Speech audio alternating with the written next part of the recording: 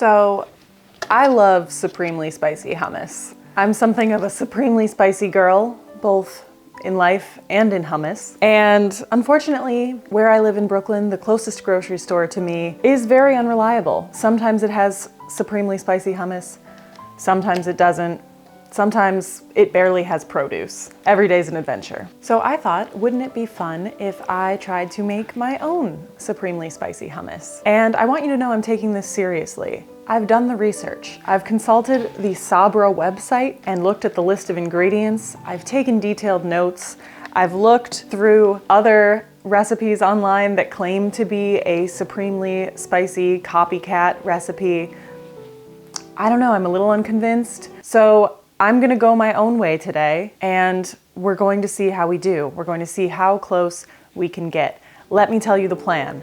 The plan is I'm going to make one batch of like the base hummus, because if you're familiar with the anatomy of supremely spicy hummus, which let's take a little look, shall we? Pop this baby open. The anatomy of supremely spicy hummus, there's sort of the base hummus all the way around, and then in the middle, you've just got this nice, rich little pool of spice. I'm just one girl. I don't need tons of hummus, but I do want to experiment a little bit. I'm going to make one big batch of base hummus, and then I'm going to make 3 different types of spicy substance. I guess we could call it a pepper paste. The pepper paste that's in the middle, I'm going to make 3 different versions of that to see how close we can get to supremely spicy hummus. Let's dive right in. We need to make the base hummus first. And yes, this is the 2nd ever episode of Xtine's Test Kitchen, which is just my very illegitimate rendition of America's Next Test Kitchen. America's Next Test Kitchen. America's Test Kitchen. America's Test Kitchen? It's just me here. There's no team of experts, but I'm trying some things out. So, upon consulting the Sabra website and the ingredient list, they give you all of the ingredients, but they don't tell you how much of everything is in there. But if you know about ingredient lists, the first ingredient is always what there is the most of. So, using that logic and cross-referencing with some other hummus recipes online, I've figured out a ratio that I think makes sense and should be in line with what Sabra's doing, and also just how to make a good batch of hummus in general. Hummus is, of course, made of chickpeas. So this is 2 15-ounce cans of chickpeas that I rinsed and drained.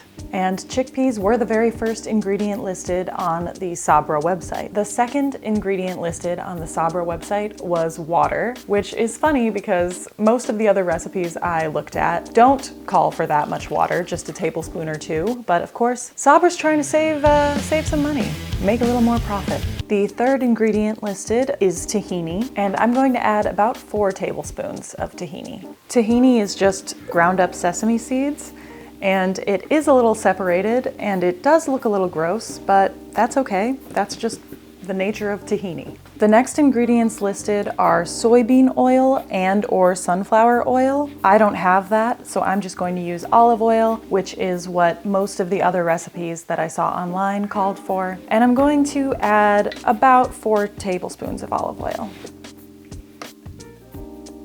Next is garlic, and my cloves of garlic are pretty big, so I'm going to add three of these cloves minced up. I'm going to use my garlic press and just mince the garlic directly into the food processor. Okay, the next ingredient listed was salt. I'm going to just use 1/2 teaspoon of salt. The next ingredient listed is citric acid, which I'm just gonna use lemon juice. Most of the recipes I saw called for a couple tablespoons of lemon juice. I'm gonna start with the juice from 1 whole lemon. Whoa, that's a juicy lemon. The next ingredient listed is just spices. They do not specify which spices, but again, based on some of the other recipes I saw, I'm going to use a little bit of cayenne pepper, just a couple dashes, and a little bit of cumin, probably about a couple teaspoons to a tablespoon. I'm gonna eyeball it. Okay, and we're ready to blend this up. And actually, the last 2 ingredients listed on the Sabra website were potassium sorbate to maintain freshness, which I'm skipping for obvious reasons. And the final ingredient, which I really got a kick out of, is just natural flavor, which Sabra defines as natural flavors are obtained from essences or extracts of sources found in nature, such as spice, fruit, vegetable, yeast, herb, plant material, meat, seafood, poultry, eggs, and dairy products. So who knows what the f that means?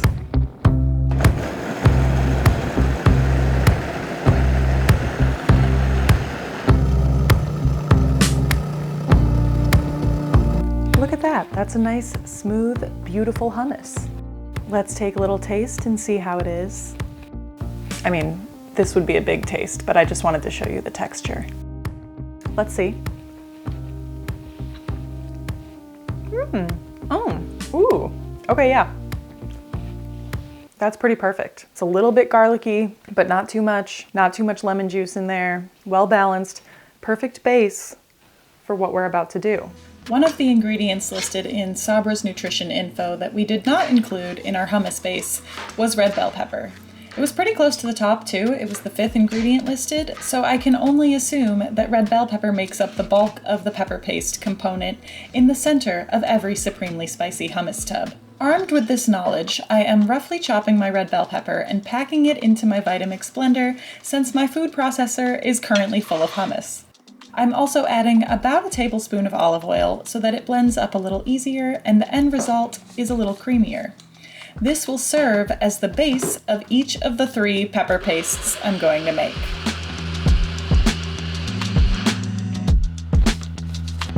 Okay, well this is definitely soupier than I was anticipating, but nothing we can do now but proceed. Sabra also lists crushed red chili pepper as one of the ingredients, and that's really seems to be the only other ingredient that's responsible for the spicy bit in the middle. Pretty much everything else went into the main hummus base. So I've got 3 different options for the crushed red chili pepper component, which we're going to mix with the red pepper that we just blended up. Option number 1 is this little guy, which is just a habanero that I picked up from my local tortilleria / fruit and vegetable stand near me. Spicy. It's gonna be spicy, but that's what we want. Red bell pepper, not that spicy. And this is supposed to be supremely spicy. Option number 2 is this delightful Jamaican choice crushed peppers sauce. And the ingredients are very simple, which is why I got it. It's literally just water, cayenne and habanero chili pepper, salt, cornstarch as a thickener, acetic acid, onion, sodium benzoate. Very simple. Could be huge. Finally, option 3 is just these simple Goya hot pickled peppers, which again is literally just red Tabasco pepper, vinegar, and salt. We've got options. Let's start with the habanero. I am wearing gloves to cut my habanero with because I have had some bad experiences with hot pepper seed juice in the past. When capsaicin gets on the skin, it really lingers. I'm also opting to remove the seeds in order to turn down the heat a little bit. Then I'm just going to mince this habanero into oblivion.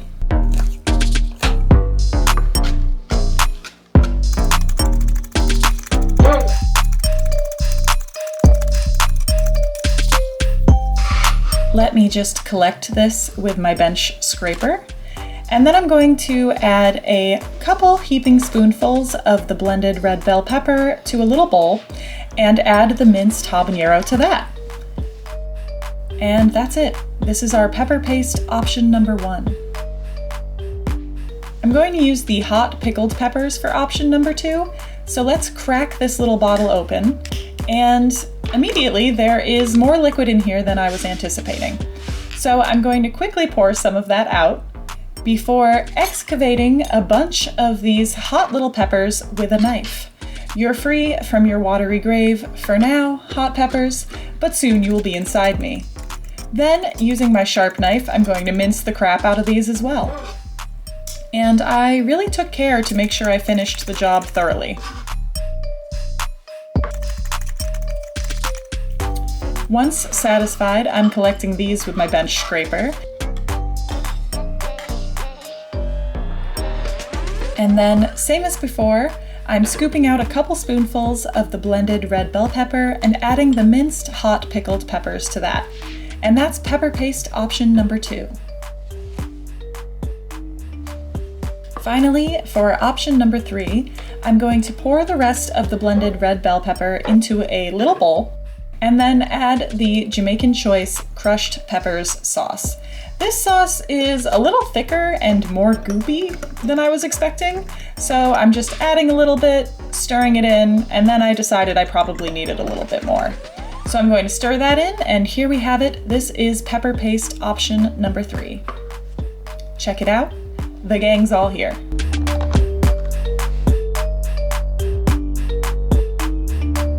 Here's our 3 different spicy pastes. Now's the fun part. I'm going to make a nice, aesthetically pleasing little pool of each one of these in the middle of some hummus, and then we'll do a taste test. And we'll see if this has been a total fail or if we're onto something. Let's find out. I genuinely have no idea how this is going, so. Okay, and here are all of my attempts at making a homemade Supremely Spicy Hummus. When you order it online versus when it arrives. It's time to taste these. I'm going to take a taste of the OG, the real Supremely Spicy Hummus first, so that I can reference the other ones against it. We already know that one's delicious. It is spicy. They're not lying. I wonder if I've been able to achieve at least that level of spice with any of these. Let's see. By the way, I'm just tasting with these grain-free tortilla chips that basically have no flavor, so it's perfect. I think next I'm going to try the one that we made with the crushed peppers sauce. I'm not super optimistic about it. I mean, I bet it'll still taste good, but I don't know how similar to the Sabra hummus it's going to taste. And also, it came out watery as hell. This one, visually, I wouldn't say it's unappealing, but it wasn't quite what we were going for, you know? Don't judge a hummus by its cover.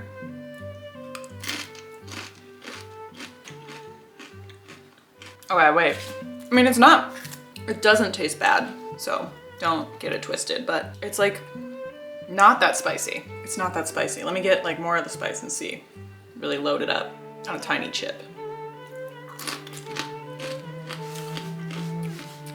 Weird. I mean, I used a good amount of this sauce. I guess I could have used more, but I feel like the sauce just kind of got lost in the red pepper. And maybe this sauce isn't actually that spicy on its own, but it's the Jamaican Choice. And they typically know what they're talking about over there in Jamaica when it comes to spice. So, I'm gonna try a little bit of this on its own really quick. I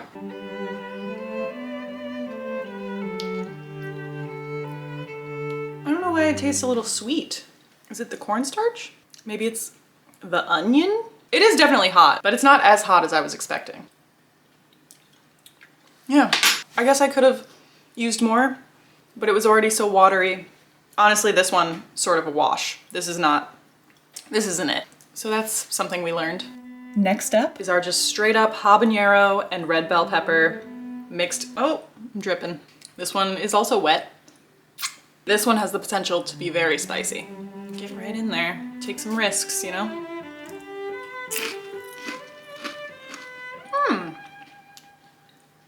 This one is spicy, but it's kind of like a delayed heat. Like it just kind of lingers afterwards. It's a little more straightforward. It's a little more just peppers and hummus. It's good. It just doesn't have that same tang, you know? The sweet tang of preservatives. I probably could have left some of the habanero seeds in too, to make it even spicier, because the Supremely Spicy Hummus, I forgot how spicy it is. When I just tasted it, I was like, they're not messing around. Moving right along. I'm going to go for the one that was made with the Goya hot pickled peppers.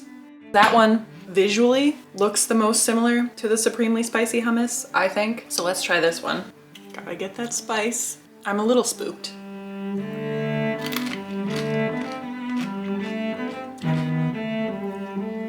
Okay, that one's pretty close. That's pretty close, wait. I'm genuinely excited. I was worried.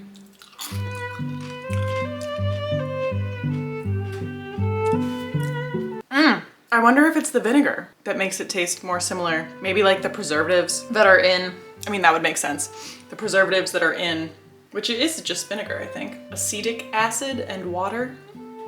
Is that just what vinegar is made of?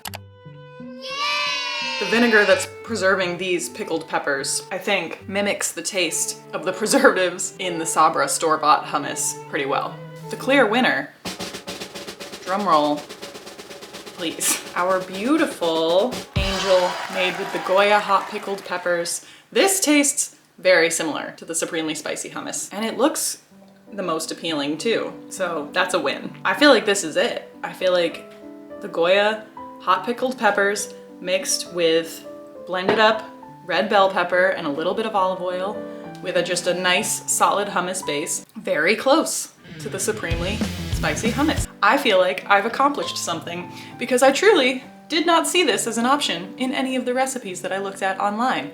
And I'm not saying that nobody else tried as hard as I did, but the effort was put in to finding the most appropriate solution to this problem that no one asked me to solve. Not a single person. Thank you so much for watching. I hope this was helpful to you if you are a supremely spicy hummus lover like myself. And, you know, we did it, everybody.